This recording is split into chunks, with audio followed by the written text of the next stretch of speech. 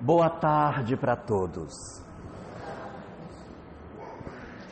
E Deus, derramando um profundo amor por todos os seus filhos e observando a multidão das nossas falhas, das nossas imperfeições, das fragilidades morais que nós trazemos, e querendo nos oferecer a chance de nós alcançarmos a felicidade, querendo dar a cada um de nós a possibilidade de sermos plenamente felizes, em que pese todos os dramas interiores que nós temos, estabeleceu como lei do universo a necessidade de que nós tivéssemos novas oportunidades, tantas vezes quantas se fizessem necessárias, até que nós pudéssemos nos desembaraçar da multidão de dificuldades morais, das múltiplas fragilidades que nós temos e, enfim, então, alcançássemos assim a felicidade que é o destino de todos nós. O objetivo de Deus em nos oportunizar a vida, em nos oferecer a capacidade de nós existirmos, é exatamente para dar a cada um de nós a chance de que nós pudéssemos, de alguma forma, garantir para cada um de nós a chance de, pelas experiências que a vida nos oferece, vencermos a nossa pequenez e alcançarmos a grandeza de espírito. Só que, evidentemente, para que a gente consiga construir em nós essa multidão de virtudes, não é fácil. Conseguir uma virtude não é uma tarefa automática. Nós não nos tornamos bons, não nos tornamos humildes, amorosos, doces e fraternos da noite para o dia. E não conseguimos isso sem esforço. É preciso que exista dentro de nós um esforço verdadeiro para que a gente consiga viver de fato as virtudes que a vida nos convoca que a gente viva. Diz a doutrina espírita que muitos de nós achamos que temos determinadas virtudes, achamos que temos. Eu acho que eu sou uma pessoa, eu acho que eu sou uma pessoa muito amorosa. Meu Deus, como eu sou uma pessoa amorosa. Então, às vezes a gente tem uma crença de nós que nem é verdade. Eu, por exemplo, trabalho com uma moça, não é tão moça assim, e aí ela dizia para as filhas: olha, se algum dia vocês forem abordadas na rua por algum assaltante, por algum ladrão, pedindo a bolsa, entrega, minha filha, dá a bolsa, mas não reage, pelo amor de Deus. Não faça isso. Isso era um recado comum dela. Até que um dia, o ladrão assaltou ela. Mas ela deu tanto com a bolsa no ladrão, mas ela bateu tanto nele, que depois que ela bateu, ela disse: eu bati, mas não foi porque eu quisesse bater, eu bati de nervoso. Pois é, mas bateu. Quer dizer, a gente acaba se descobrindo, conforme diz André Luiz na obra Agenda Cristã, é na hora grave que a gente se revela. Às vezes a gente acha que a gente, eu não sou capaz. E a hora grave vem e nos revela. É a hora que a gente descobre quem nós somos, é na hora em que realmente a prova vem. Então, o que faz Deus? Oportuniza para nós a chance do renascimento, da chamada reencarnação, conforme a doutrina espírita nos orienta, para que através dessa chance nós possamos vencer a nossa pequenez. O objetivo da reencarnação nada mais é do que a chance de nós nos reencontrarmos com a nossa própria história. Existe dentro daquilo que o Espiritismo nos oferece 3 razões pelas quais nós renascemos. A primeira dessas razões é para aprender coisas novas. A segunda é para a gente reaprender aquilo que aprendeu errado. Você fez errado. Então, como você fez errado, você vai reaprender de maneira correta para fazer agora certo. Porque quando foi lhe dada a chance de saber, errou na tentativa de acertar. Achou que estava fazendo certo, fez errado. Então precisa repetir. E a terceira é para ensinar, para dar exemplo. Então, ou você vem para aprender uma coisa nova que não sabia, nunca fui médico, nunca fui professor, nunca fui pintor, nunca fui alguma coisa, a gente tem que aprender. Então, assim, a vida é para a gente ir alargando o conhecimento e aprender coisas novas. Ou para corrigir o que aprendeu errado da primeira vez. Fez errado, vamos corrigir. E para ensinar aquilo que a gente já sabe. Tecnicamente, a literatura espírita chama aprender de prova, o reaprender de expiação e o ensinar de missão. Então é prova, expiação, missão. É para isso que a gente renasce. E na condição espiritual que a Terra se encontra, prova e expiação são as coisas mais comuns, sendo que o que mais dói em nós é a expiação, ou coisa para doer, porque a expiação, ela é o encontro nosso com aquilo que a gente, na outras existências, fez e que precisa corrigir para ficar bacana. É como se fosse aquele aparelho que corrige dente. Manja, os dentes estão todos tortos e a pessoa põe aquele negócio na boca. Para quê? Para corrigir o que está torto. Aquilo dói, rasga a boca, dá dor de cabeça. Que mais, minha filha? Corta a língua, emagrece, porque a pessoa não consegue comer, os dentes... Então, fica magrinho, emagrece, dói. E por que não tira? Porque precisa, para ficar bonito. Então, a reencarnação é o aparelho ortodôntico de Deus, que pega o nosso sorriso torto e diz, não, vou deixar você ótima, minha filha. Aí bota o aparelho, e aí quando você diz, olha, eu acho que já arrumou, vamos dar mais um apertãozinho, aí volta a doer. Então, vai arrumando, nós vamos nos arrumando a partir dessa experiência progressiva. E depois de alguns anos, e bote ano nisso, finalmente você se vê livre do aparelho.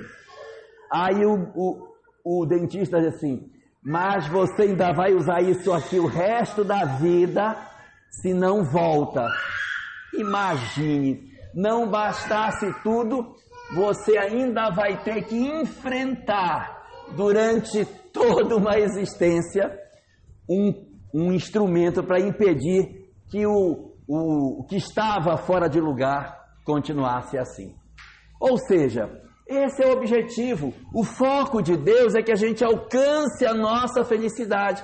E a estratégia que Ele utiliza é a gente reencontrar com aquilo que nós precisamos para nos libertarmos das nossas imperfeições. E não é fácil não, É difícil, porque às vezes a gente pensa que venceu, pensa que já está livre de determinadas imperfeições, mas elas continuam existindo em nós. A gente precisa realmente passar por várias existências para que a gente consiga ter a convicção de que, de fato, aquela imperfeição moral ela foi vencida em nós. Segundo aquilo que Allan Kardec coloca no livro O Céu e o Inferno, no capítulo 7º da primeira parte, ele coloca ali uma coisa chamada Código Penal da Vida Futura.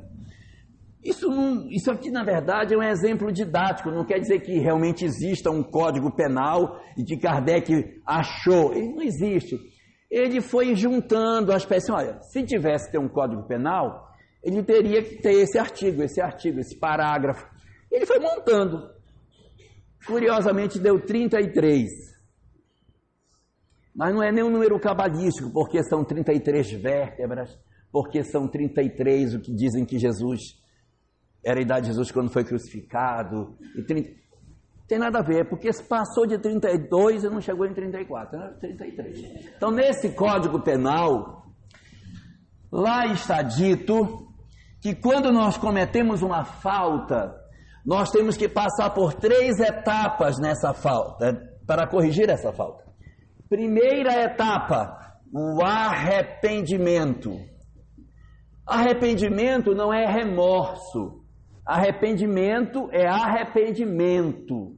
E remorso é remorso. Remorso é assim: oh meu Deus, por que eu fiz? Por que eu fiz? Ai, por que eu fiz, meu Deus? Aí aparece a chance, faz de novo. Isso é remorso. O remorso é um sentimento de culpa pelo que se fez, que não está necessariamente associado a uma mudança. Eu confundi vocês? Eu posso lamentar o que eu fiz, mas quando acontecer a nova chance, eu faço de novo. Não sei se vocês já viram pessoas assim: gente, eu estou numa ressaca, eu estou passando tão mal hoje, uma dor de cabeça, nunca mais eu vou beber na vida. Viram isso? E a pessoa nunca mais bebe, né? Só passar a dor de cabeça e bebe de novo. Então isso é remorso. O remorso é isso. O arrependimento é diferente. O arrependimento é assim: eu fiz errado, eu errei, me fez mal, não quero mais isso para mim, e se a oportunidade aparecer de novo, eu não vou fazer. Quando isso acontece, aí arrependeu. O que significa dizer que eu só vou saber se o ser humano realmente está arrependido se eu colocá-lo na mesma cena de novo para ver se ele repete o ato. Porque se você não tiver a chance de reencontrar com a mesma experiência, como que você vai saber se você se arrependeu? Então, fulano de tal tinha um costume horrível, gostava de pegar o dinheiro dos outros, via um dinheiro, opa, não precisa nem ser dinheiro, qualquer coisa dos outros, tchum, pegava. Precisamos resolver isso. Vai nascer caixa de banco, vai passar o dia inteiro contando dinheiro dos outros, aquela ruma de dinheiro, no final do mês, vai ser 4 notinhas daquela ruma que o cara mexeu durante o mês, e acostumar a lidar com aquilo que está lá sem mexer. Vai ser chefe de almoxarifado. Olha aquele monte de coisa e não mexer. Vai trabalhar numa comissão de licitação, que Deus o tenha, para poder estar lá e não mexer. Ou seja, nós vamos ter que nos expor àquilo que é a nossa fragilidade. A estratégia de Deus é essa. Naquilo que você é frágil, Ele coloca você de volta. Por quê? Porque a gente precisa testar. Aquilo que você tem de dificuldade precisa ser testado. Então eu preciso testar.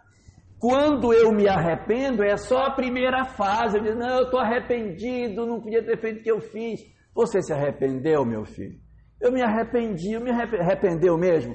Então vamos voltar você para que você veja se você realmente se arrependeu.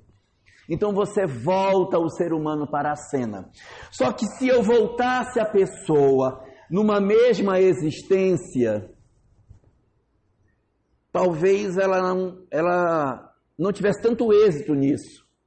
Por quê? Porque quando ela voltasse, esse é ladrão, você já roubou, rapaz. Você rouba, Então ia ser muito ruim, porque você ia ter dificuldade. E também você estaria muito lúcido do que aconteceu e poderia até mudar sem ter realmente mudado. O que faz Deus? Reencarna um cidadão. Você desencarna, vai para o mundo espiritual, repensa a sua vida, analisa tudo que fez e depois você volta. Quando a gente volta, que a gente reencarna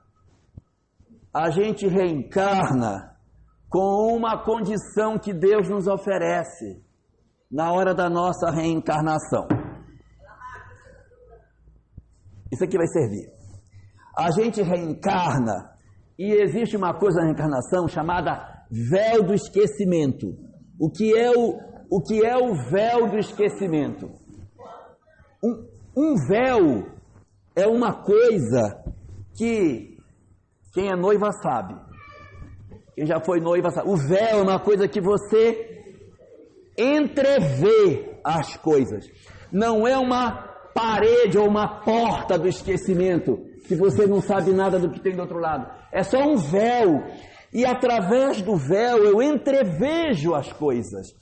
Então eu não lembro, mas eu lembro, eu não sei, mas eu sei, eu não recordo, mas eu recordo. É o véu do esquecimento. Nós renascemos com o véu do esquecimento. Para que serve esse véu?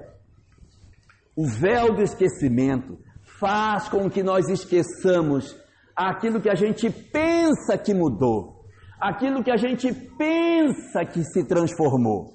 O que realmente ficou dentro do meu coração, lá dentro, esse vem comigo. Então, se eu dizer assim, não, eu me arrependi, olha, eu não quero mais, eu até amo minha sogra, eu amo minha sogra. Beleza, então, arrependeu. Vamos saber se isso é verdade. Renasce para morar na casa junto com ela. Né? Vamos testar. O véu do esquecimento, ele tira a minha leitura do consciente, mas está armazenado dentro de mim algumas coisas que eu não consegui porque está lá dentro de mim. Então quando eu volto, eu digo, não quero nem fazer isso. Por quê? Então mudou. Se realmente reencarnando o cara não repetiu, é porque aquela imperfeição moral realmente ela foi vencida, porque ele esqueceu o que estava no consciente e quando a oportunidade apareceu, ele não quis de novo. Ele foi caixa de banco e não pegou no dinheiro. Toda hora ele olhava para a câmera ver se estava filmando, mas ele não pegou no dinheiro. Aí ele foi para ser chefe do almoxarifado. Ele também venceu. Aí soltaram o sujeito numa comissão de licitação. Vai com Deus, meu filho. E aí, de repente, o cara enfiou o pé na jaca. Né? Então, a gente vai saber... Por quê? Porque no mundo espiritual, todo mundo é santo. No mundo espiritual, as pessoas até choram. Ai, eu fui uma pessoa horrível, nossa. Mas tá lá. Venha para cá, papai. Esqueça uma parte do que você sabe e venha ser bom do lado de cá. Que ser bom lá é até mais fácil, porque eu sei que existe vida após a morte. Eu sei das responsabilidades espirituais. Eu agora sou um espírito consciente. É mesmo? Então vai lá embaixo. Esquece aí um bocado do que tu sabe, pula lá e vai lá. Vai lá ver como é que é o negócio. Porque quando renasce, a pessoa não sabe mais, duvida até de Deus. Duvida até de que ele exista, que é o Espírito. Eu acho que eu nem existo. Então, é a partir dessa nossa compreensão que Deus permite que a gente renasça, porque o arrependimento é só a primeira das fases. Porque depois dessa, eu tenho que ter uma segunda fase. Arrependeu, arrependi. Então você vai expiar. A expiação é o retorno do espírito à vida para ele viver aquela experiência. Vamos ver se é verdade. Vamos ver se você arrependeu mesmo. Bota o cara na caixa do banco. Bota o cara no almoxarifado. Põe ele na comissão de licitação para ver como é que ele se sai, mas se ele vai mexer no dinheiro dos outros. Vamos ver. E aí, não, eu agora sou uma pessoa modificada. Então vamos lá. A expiação é o reencontro do homem com as suas próprias provas nas quais ele faliu no passado. Só que expiar não basta, porque tem gente que expia e faz besteira.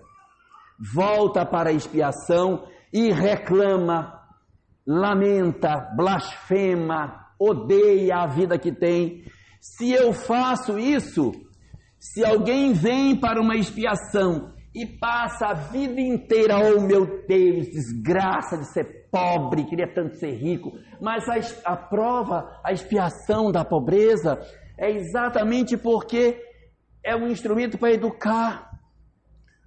É um espírito acostumado a ser tratado com todos os confortos e usou mal as possibilidades que tinha. Então agora, vamos lá, meu filho, ó. 4 de janeiro passa ali na esquina, vai lá, pegue lá, vá para o trabalho, se vire, carregue sua cruz. E para aquele indivíduo aquilo é uma ofensa. Quando ele vai no ônibus, se abaixa para ninguém ver, com vergonha que alguém veja. Então, isso tudo é um sinal de que a expiação não está valendo, isso está passando por ela e não está aproveitando a expiação. Expiar, portanto, não resolve o problema do espírito, porque se expiar e blasfemar, vai ter que expiar de novo, porque não resolveu. Se expiar e cair, vai ter que voltar de novo. Nós temos que dar a boa solução.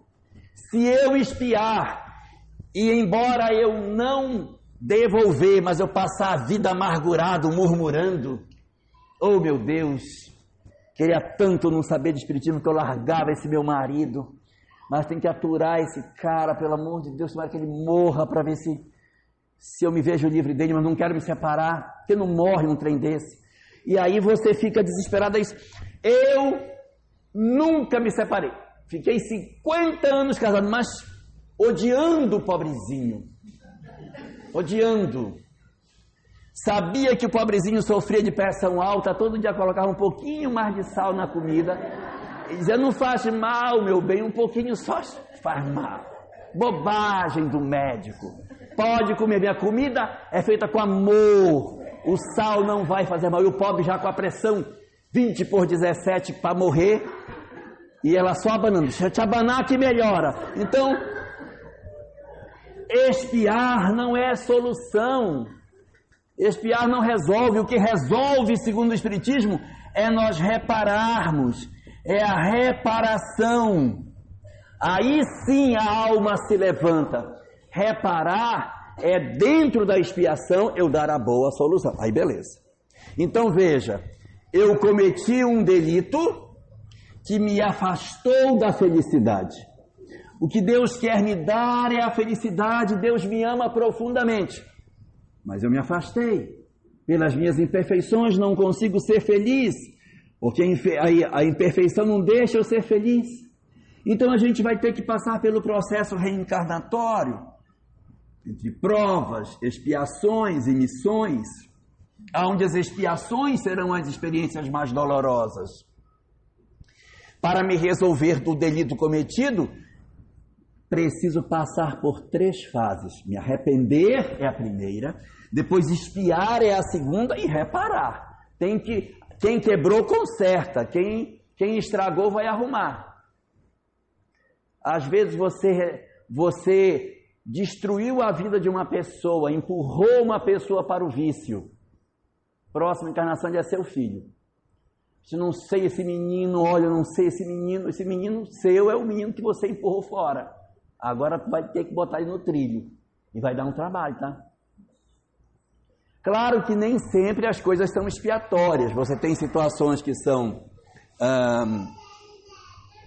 provas, tem expiações que são missões, mas na Terra a expiação é bastante comum. Resultado, o desenho que Deus colocou para nós é o reencontro nosso com as nossas imperfeições para abrir o caminho para a felicidade. Se nós entendermos isso de maneira clara, nós vamos bem dizer as oportunidades de sofrimento que às vezes a vida nos dá. as provas que a gente tem. Não que a gente vai ficar fanático e paranoico e dizer assim, oh meu Deus, mande mais, bata meu carro, pelo amor de Deus, que está pouco, eu quero mais. Não é isso, mas a gente quando observar algumas coisas, assim, eu contribuí para isso? A primeira pergunta, eu contribuí? Se eu contribuir, eu vou tentar me corrigir para não me enrolar mais. Mas eu não contribuí e isso me alcançou, Deus sabe o que está acontecendo. Então eu vou administrar isso sabendo que a lei não erra. Mas eu preciso primeiro saber se as causas do meu sofrimento estão no presente. Se eu sou o responsável por essas causas ou não. Se eu sou o responsável por elas, então me cabe corrigir o que eu estou fazendo. Mas se eu olho, não fiz nada, gente. Fiz nada. E isso aconteceu comigo sem que eu realmente tivesse contribuído. Então a lei sabe o que está fazendo. Existem mecanismos na lei que induzem com que as coisas que a gente precisa, elas cheguem até nós. E nos debatermos, nos rebelarmos, odiarmos, guardarmos mágoa, né? Querermos o mal das pessoas, ou em todo mundo que a gente encosta, fala mal do fulano. E aí, como é que está fulano? Está bem? Aquele horrível. E aí a pessoa o tempo todo só fala mal do outro. Isso faz um mal terrível para nós e demonstra que a gente não está bem. Portanto, de tudo isso, o que é que a doutrina espírita nos traz de informação de todas essas coisas? É que no fundo, nós, apesar de conhecermos a doutrina espírita, temos muita dificuldade de entender o propósito da nossa existência. Porque o que nós fazemos com muita frequência é nós orarmos para que o sofrimento não nos alcance. É muito comum isso em nós. Oh, meu Deus, não deixe que isso aconteça, não deixe que o mal ocorra. Como se de repente as provas da vida, o sofrimento que a vida nos traz, fosse necessariamente algo indesejável. Não! Tem vezes que essa situação que a gente está chamando de sofrimento foi a experiência mais importante que a gente veio para viver na Terra. A doença que a gente está atravessando talvez tenha sido o ponto mais importante do nosso planejamento. A situação familiar complicada, cheia de dramas, pode ter sido o ponto mais importante do meu planejamento. A doença que a gente atravessa, a situação familiar que a gente tem, a condição econômica que a gente vive, os dramas que a gente passa na existência como um todo, e que temos tanto tendência de reclamar, talvez seja o ponto nevrálgico da nossa história. A gente diz assim, oh meu Deus, eu trocava tudo da minha vida só para não ter que morar com minha mãe. De repente, esse morar com a minha mãe é o ponto mais importante da existência. É a chave que vai abrir a porta, que vai resolver os nossos dramas. E a gente não está entendendo, está cego, porque nós deveríamos ter tido a capacidade de entender as coisas e nós não estamos entendendo. Nós estamos nos rebelando contra aquilo que nos acontece. O que sugere o Espiritismo?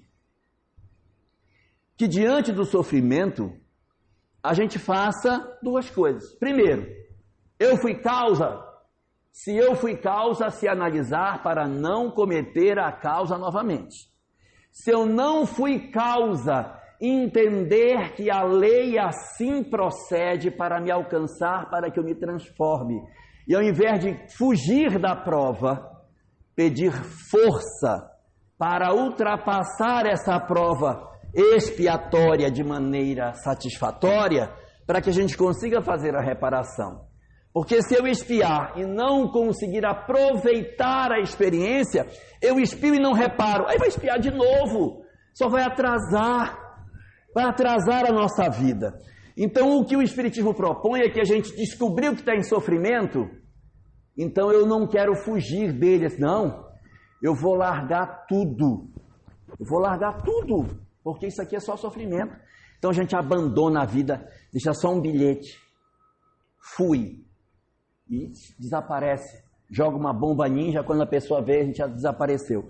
Se você foge da prova, desaparece, e essa fuga não é necessariamente física, ela pode ser psicológica, você fecha os olhos e deixa em casa tudo acontecer e não se importa mais.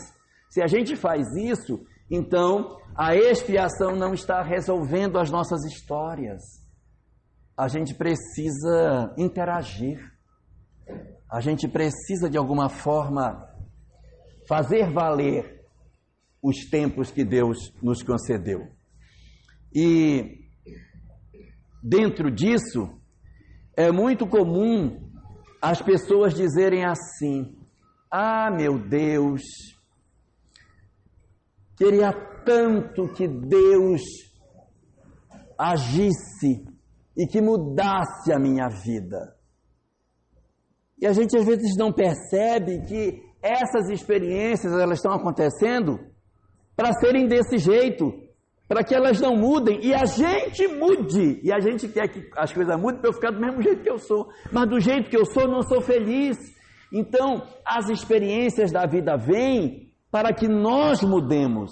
E a gente quer que as coisas mudem para que eu continue com todas as imperfeições que eu tenha, mas que mesmo imperfeito como sou, que eu alcance a felicidade que a vida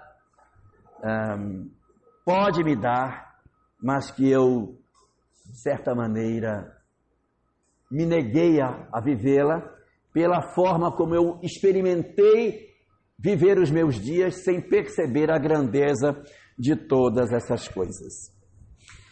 Neste sentido, no livro O Evangelho segundo o Espiritismo, no capítulo 8, nos itens 20 e 21, existe uma passagem. O capítulo é Bem-aventurados os puros de coração, em que uma jovem cega é levada para a reunião mediúnica na expectativa de que durante a reunião possa acontecer alguma coisa que restaure a ela a visão. Que durante a reunião mediúnica os espíritos pudessem agir corrigindo o problema que ela tem nos olhos. Isso aqui é 1860, é período de uma medicina muito mais rudimentar. Então, às vezes havia problemas bastante simples que realmente poderiam ser resolvidos. Agora há problemas que são mais complexos. E ela é levada à reunião mediúnica para que os espíritos, então, pudessem, sendo assim possível, curar a cegueira da moça. E o espírito que se manifesta nessa oportunidade chama-se Curadars, que é um cargo hierárquico da igreja, da cidade de Darmos. Ele se manifesta e diz o seguinte: que nós estamos querendo curar como se de repente a cura do corpo físico dela fosse o que ela tivesse de mais importante. É desconhecer todo esse mecanismo da vida que a doutrina espírita nos dá. Então, se de repente ela hoje enfrenta uma cegueira e você cura a cegueira dela, até que ponto nós não estaríamos interferindo nesse fenômeno? Não é a pessoa deixar de buscar o médico, não é isso, mas é você querer uma intervenção divina por não aceitação da sua prova. Eu vim trazer aqui meu bilhete da Mega Sena para o senhor marcar, seu mentor, marque para mim, para eu jogar. Então eu estou querendo uma intervenção divina para resolver uma questão material. E o Espírito diz que esse não é o maior objetivo da vida, que esse não é o sentido das coisas, e que nós não devemos imaginar que as nossas existências elas estão focadas especificamente no sucesso material, no riso fácil, nas coisas da vida material. Mas às vezes a dificuldade material é a chave que pode abrir a porta da felicidade real. Deixarmos de acessar uma felicidade terrena hoje pode ser a grande oportunidade para nós sermos felizes de verdade. Não se está dizendo com isso que nós temos que nos conformar com tudo. Não se está pregando o conformismo, não. Cabe a cada um de nós lutar no limite das nossas forças pelo nosso bem-estar. Assim defende a doutrina espírita no Livro dos Espíritos. Desde que esse bem-estar não fira ninguém, não faça mal a ninguém. Se eu não faço mal ao outro, então é justo que eu lute por aquilo que vai trazer o meu bem-estar. Eu devo procurar a minha melhoria? Sim, claro, sem dúvida. Mas querer uma intervenção espiritual, uma transformação vinda do mundo espiritual para o mundo físico, por não aceitação das minhas provas materiais, é não entender o sentido fantástico que a dor tem para transformar as nossas vidas. Nós temos que, evidentemente, tratarmos das nossas imperfeições sem dúvida. Isso é o grande objetivo. As nossas mazelas físicas, tratar das mazelas físicas sem dúvida. Mas se a gente for querer achar que porque conhecemos o Espiritismo não podemos sofrer, não podemos ter dor, não podemos passar por sofrimento, não teremos entendido o grande objetivo da mensagem espírita. Só para terminar, eu queria contar para vocês uma história que está no livro Vozes do Grande Além. Nesse livro, que foi um livro escrito por Francisco Cândido Xavier, são 2 livros, Instruções Psicofônicas e Vozes do Grande Além. Essas 2 obras, elas são decorrentes de mensagens psicofônicas. O mentor dava uma mensagem no final da reunião e eles conseguiram gravar. Durante 2 anos, eles usaram, anos de 1952 e 53, uma gravadora, deve ser o tamanho dessa sala, para gravar a voz das pessoas. Não tinha MP3, não tinha iPod naquela época, minha filha. Então, era um gravador tamanho dessa mesa, que botava lá para gravar. E eles gravaram durante 2 anos a mensagem final. E uma das mensagens finais que foi gravada nos interessa hoje particularmente. O espírito que assina é Inácio Bittencourt. Inácio Bittencourt foi um grande médium do Brasil de cura. Aqueles que curam as pessoas, que fazem cirurgias e abrem os olhos dos outros e tiram câncer e etc. Inácio Bittencourt aparece à reunião para dar um testemunho. Ele diz o seguinte, que quando ele desencarnou, ele levou 3 sustos. Primeiro susto. Primeiro, não sabia que tinha ajudado a tanta gente, que a quantidade de gente que veio recebê-lo no mundo espiritual era uma coisa incrível. Então ele ficou impressionado com a quantidade de pessoas. Nossa, nem imaginava que era tanta gente. Segundo susto que ele levou, ele descobriu que todas as pessoas que ele curou aqui apareceram para agradecer no mundo espiritual com a mesma doença que tinham do lado de cá. A mesma coisa que ele curou do lado de cá, o cara estava doente do lado de lá. Isso foi o segundo susto. E o terceiro susto dele foi descobrir que ele fez o trabalho errado. Que ele achou que ele tinha feito um trabalho excelente curando corpos das pessoas. Sim, fiz o trabalho equivocado, porque achei que o que eu tinha de mais importante para fazer era curar os corpos, e eu consumi a minha vida curando os corpos, e eu não curei as almas. E nessa mensagem, ele deixa uma frase espetacular, que eu vou deixar para que a gente leve para casa e pense, porque eu acho essa uma das frases mais bonitas que eu conheço em doutrina espírita. Ele diz: fazer o trabalho que eu fiz, curar os corpos e não curar as almas, foi a mesma coisa que tentar consertar uma árvore endireitando-lhe a sombra. Ele tentou consertar a sombra e quando a sombra ficou consertada, ele achou que ele tinha desentortado a árvore. Que a gente pense nessas questões e não queira que os espíritos transformem as nossas vidas materiais, porque o grande sofrimento que a gente pode estar passando pode ser a nossa grande lição espiritual. E a moça que estava na reunião mediúnica querendo a cura dos seus olhos, de repente, aquela cegueira naquela existência pode ter sido o grande momento, a grande oportunidade para ela inaugurar uma fase nova na vida dela e ser verdadeiramente feliz.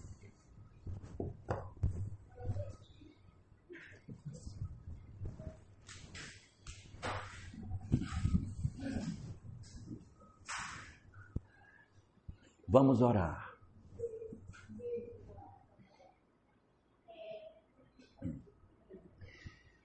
Querido Senhor das nossas vidas, deita a tua misericórdia sobre as nossas almas frágeis e fortalece em cada um de nós a certeza de que não nos encontramos sozinhos, apesar da multidão de dores que chegam até nós de dentro e de fora, amargurando os nossos corações e nos dando a sensação da suprema solidão. Ensina-nos, Senhor de todas as coisas, a descobrirmos a Tua presença sagrada, não necessariamente nos templos religiosos de pedra, mas nos ensina a descobrir a Tua presença divina em todos os espaços em que nos movimentamos. Deixa-nos sentir a Tua divina presença na chuva, no sol, nas nossas noites estreladas e nas oportunidades maravilhosas que Tu nos concedes de percebermos a graça da juventude, a beleza de todos os espaços aonde a Tua natureza se manifesta. Deixa-nos perceber, Senhor, em todas as luzes e felicidades que o mundo nos contempla. Mas, de igual forma também, nos ajuda a Te perceber na lágrima que nos educa, na ferida que nos ensina a ser melhores e na chance que Tu nos dás a cada dia de suplantarmos as nossas dificuldades e descobrirmos que somos muito mais fortes do que as nossas fraquezas. Descobrirmos, Senhor, o propósito da vida, o sentido das nossas existências e o Teu amor bendito que nos ensina a cada dia que é possível que nós resgatemos os nossos corações feridos, apesar das nossas dores, quando temos a certeza de que nós não nos encontramos abandonados do Teu amor infinito. É por isso, Senhor, que neste momento nós reunimos as nossas forças para Te suplicar que Tu nos sustentes em nossos momentos mais difíceis, para que a certeza que temos de que Tu nos guardas e que Tu nos proteges e de que Tua figura aparentemente invisível nos sustenta em todos os momentos, há de nos conceder a graça divina de vencermos as nossas horas mais difíceis por percebermos que tudo passa, que tudo é passageiro, mas que a alma imortal, que nós verdadeiramente sobreviveremos a todas as coisas. Ensina-nos assim, Senhor, a Te sermos gratos por todas as coisas, a Te bendizer por tudo aquilo que Tu nos ofereces e Te agradecer do fundo dos nossos corações por tudo aquilo que a vida nos concede, por tudo aquilo que o Teu amor nos oferece, por tudo aquilo que Tu não nos dás. Nós queremos hoje Te agradecer, Senhor, e Te pedir que Tu abençoes as nossas almas para que nós continuemos a ser dignos de compreender a Tua presença na luz e na sombra, na alegria e na tristeza, em nossos momentos de felicidade e em nossos momentos de profunda tristeza. Por tudo que Tu nos ofereces, recebe a nossa mais profunda gratidão e guarda assim, Senhor, o destino de todos os Teus filhos sob a Tua infinita paz.